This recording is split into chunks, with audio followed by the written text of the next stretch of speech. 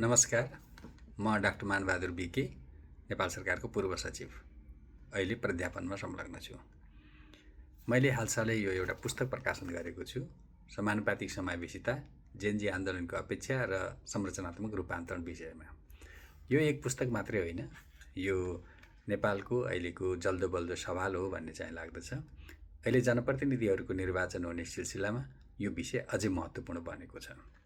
यो पुस्तकले राज्यका सबै संरचनाहरूमा नेपालको संविधानले अङ्गीकार गरेको समावेशिताको अवस्था कस्तो छ,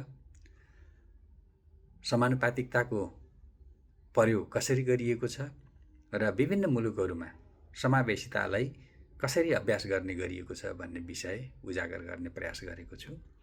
जेनजी आन्दोलन, यसले उठाएका सवालहरू र विशेष गरी संरचनात्मक रूपान्तरणका विषयहरू कस्ता थिए भन्ने विषय पनि मैले यसमा चर्चा गरेको छु। संविधान संशोधनको विषय धेरै अगाडिदेखि उठेको हो र जेनजी आन्दोलनपछि यो विषय अझै टड्कारो बनेको छ र सम्भवतः अब आउने निर्वाचित जनप्रतिनिधिहरूको पहिलो काम पनि यो नै हुनेछ। तसर्थ विशेष गरी मुलुकको संरचनात्मक रूपान्तरण गर्ने कुरामा र समन्यायिक आर्थिक वृद्धिको लागि संविधानमा के कस्ता विषयवस्तुहरू संशोधन गरिनु पर्दछ भन्ने विषय पनि मैले यसमा उठाएको छु, बुदागत रूपमा उठाएको छु।